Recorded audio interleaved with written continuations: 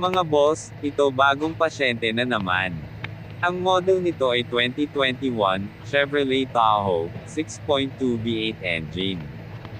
Ang issue nito ay, malakas ang tunog ng makina, kaya minabuti na namin natanggalin ang cylinder head left side, kasi ang misfire nito ay number 5. At nakita nga namin na putol na yung kanyang valve lifter, at nag-check din kami ng camshaft. Buti na lang wala siyang damage, kung meron matagal na baklasan ka.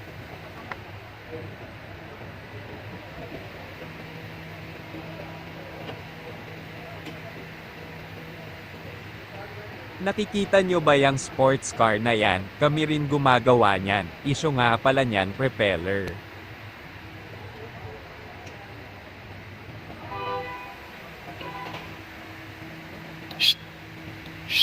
Hanggang dito na lang mga boss, salamat.